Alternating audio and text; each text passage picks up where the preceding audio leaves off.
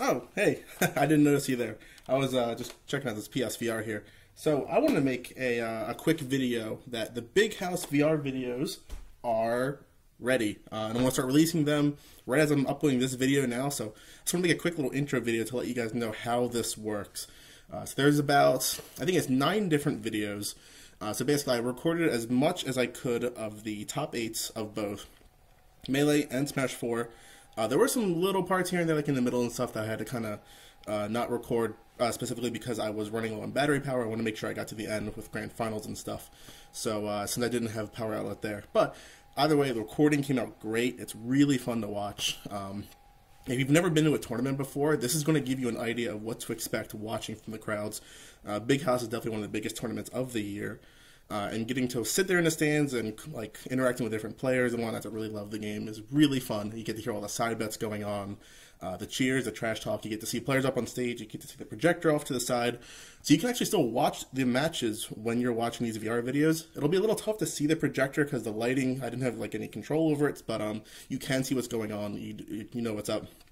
But I think the most fun part about these VR videos is that you are in the stands yourself. You can look around, you get to see people next to you, you get to hear what they're saying in your ears especially. You see people walking around. Now, this isn't just like a 360 video, which a lot of you are used to at this point when it comes to VR headset kind of stuff. So this is what's called VR 180 on YouTube. So this means instead of a full 360 degree of motion that you can look at your video, it's only, first of all, it's only 180 degrees, which means it's from the side and everything forward. But like you have your full side and everything. But the thing that's good about that, you can just sit down, you don't have to move. You just look from side to side, up and down. You don't have to worry about what's behind you, because, I mean, if you're at a place anyway, you're not going to be always looking over your shoulder. And all the action's in front of you. You don't want to have to worry about everything else. But additionally, since it is 180 and they're able to focus a little bit more on that, it's also in 3D, which is really cool. So when you use a VR headset, you actually get to tell the depth of like how far the players are compared to the players sitting next to you in the stands, or the projector over there, or people walking up to you, or like waving their hands in excitement. So it's 180 degrees of motion with 3D, which is really cool. Now additionally, what YouTube has done with the VR 180 format is there's also a 2D version available when you watch it on a normal computer or on your phone or something, anything without a headset. Now the limitations are still kind of there. In the meantime, this is a very like beta early stage for them. I've been working with them, giving feedback on how this whole process went to help improve it and to show how this can work for the Smash community. So if the views on this video are great and the comments and feedback is really positive, they want to see that, and I might be able to do more events for them. So that'd be really cool. So definitely show your support for these videos if you like them. And it's really cool. I want to do this for more, because as great as Big House is, imagine getting to do this for Evo or for Genesis. Really exciting. So in order to watch the videos, you can you'll see the videos on my channel just like normal. I'll have a playlist for them as well. I'm going to be releasing them, let's see, right now it's Friday night. I'll have all of them up by Sunday night, so I just want to space them out so people can get to watch them over time. So of the videos, about half of them are Melee based, half of them are Smash 4 based. So what I did was, first I picked out a couple matches here and there to include the entire match in VR. So that's like the whole 15 to 20 minute video of you sit down, match starts, all the way to the end of the set. The ones I did that for were like Plup vs. Armada. I think I did Cosmos versus Salem, Zero and Larry. But then I also took a couple specific matches that were really good and kind of influential for that tournament, and then also cut up just highlights of them. So maybe the entire match wasn't constant action the entire time. So like Salem versus Cosmos, the entire time was just like in-your-face action. It was really great, so I included the entire set. But then there were also other matches that were like a couple of very specific parts that were really fun. You really got to watch them really close. So one of those examples would be Zero versus Larry Lair. So for instance, I then made a highlight video of, instead of just the entire match, I included just the hypest parts of them into about a 5-minute video. So you can sit down, just get to watch only what you want to watch. And it'll just kind of fade in and out in between cool segments with like the crowd really popping off the strongest or like really impressive kills. And then outside of match highlights and entire matches, I also have a couple other special videos as well. One video I did of Melee Grand Finals was interesting because I didn't include the entire match, and I didn't do a match highlight per se because the crowd wasn't that excited during it. So the situation for any of you that don't remember was HBox coming from losers and Plup coming from winners. And everybody's so excited because Plup had beaten Armada, Plup had beaten Leffen. It's just like he's having the tournament of his life. But everybody kind of knows that HBox is going to come back and beat him, so it's just like they really want to see the Plup win. So every single time Plup won a game, I think he won 1 or 2 games, the crowd went insane. Or like even just like key stocks here and there. Every single time Hungrybox won a game, of all 6 games that he won, dead silence. It kind of just makes you think. It kind of puts everything into perspective. Like, it's cool to get excited for the players you want to win, which is great to see that with Plup. And nobody was booing HBox, was as good, but kind of like maybe kind of has serves for some of the kind of melancholic feeling afterwards. With like, it kind of felt weird. So I kind of want everybody kind of sit back and reflect on how the crowd reacts to these kind of games. So I think this is also a learning experience for people that are there, especially the ones that are behind the scenes not watching the crowd. And I think this will be important for people to learn and experience in order to help make tournaments better and to reflect on players in general, especially with how amazing HBox is doing this year. We really should be seeing more excitement for him. And I know not everybody thinks Jigglypuff's is the coolest character to watch, but like nobody can deny his impressive skill at this point. It's insane. But I wanted to, so one of those videos is I did like a little compilation of the match end kill of every single match of Grand Final Set 1 and 2. So it might look kind of weird at first because it's a lot of just like, here's a clip. Game ends, nobody says anything. Alright, next clip. Game ends, nobody says anything.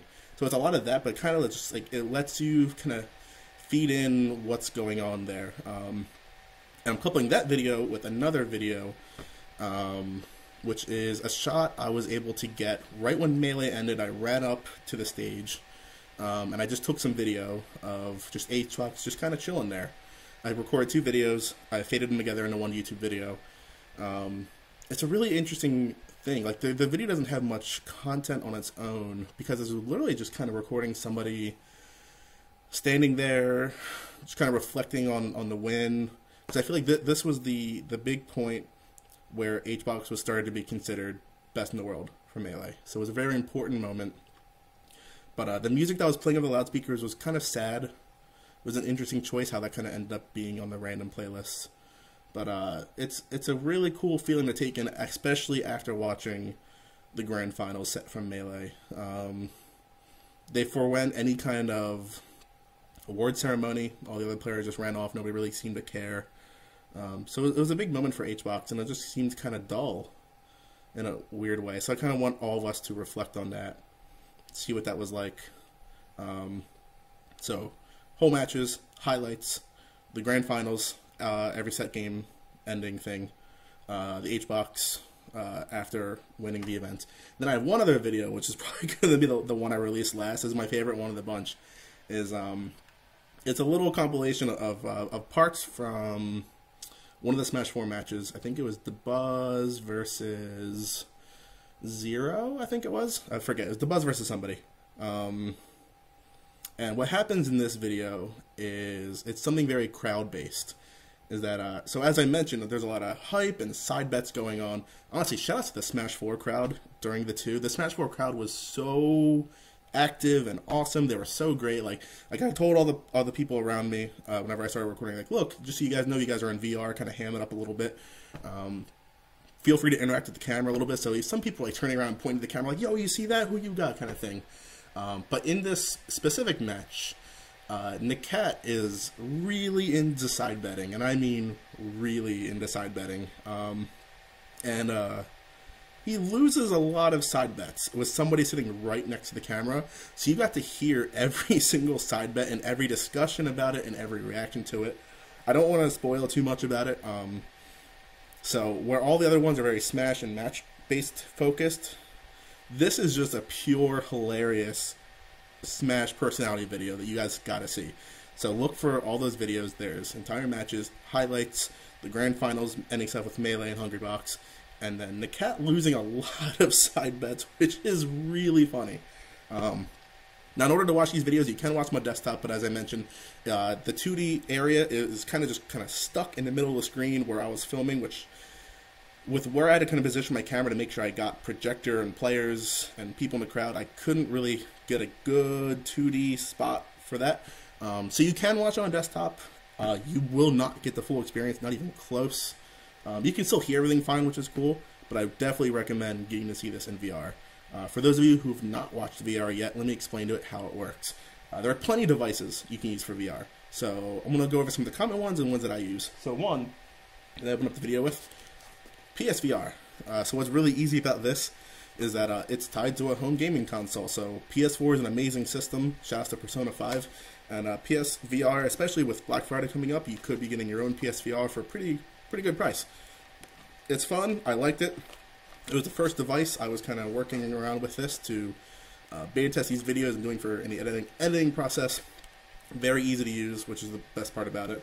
So you set it up, and then when you have PSVR connected and you go to your YouTube app in PS4, it's going to ask you, do you want to start it in regular mode or VR mode?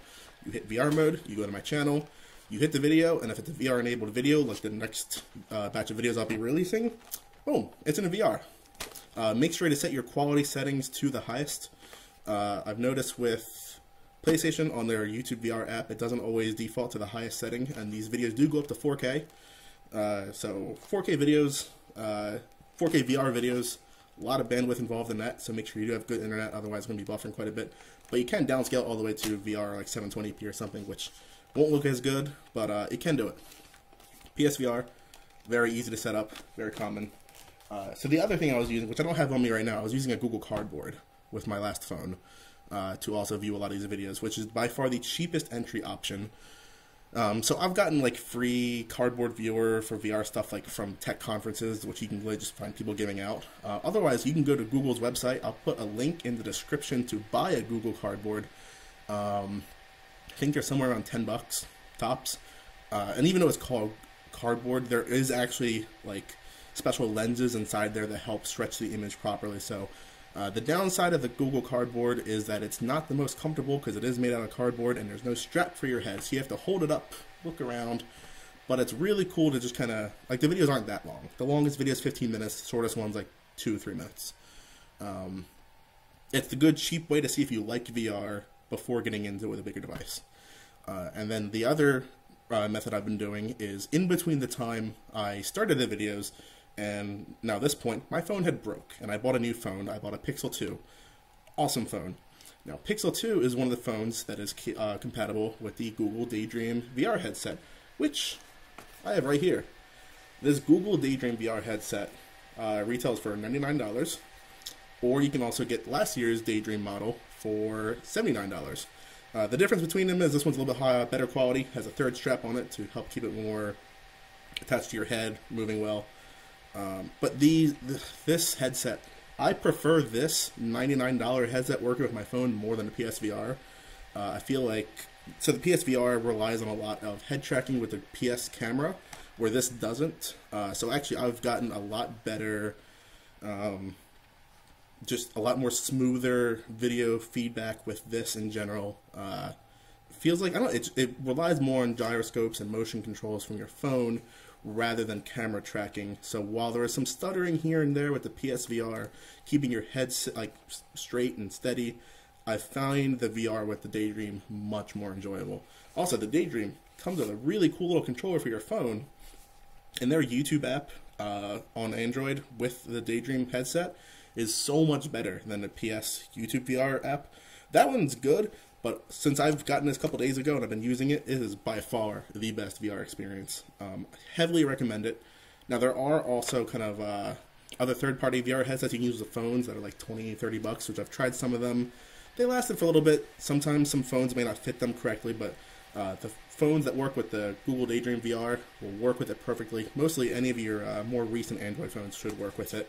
There's also the Samsung Gear VR, which is Samsung's special VR headset. Works good. I haven't used it personally, but the reviews are great.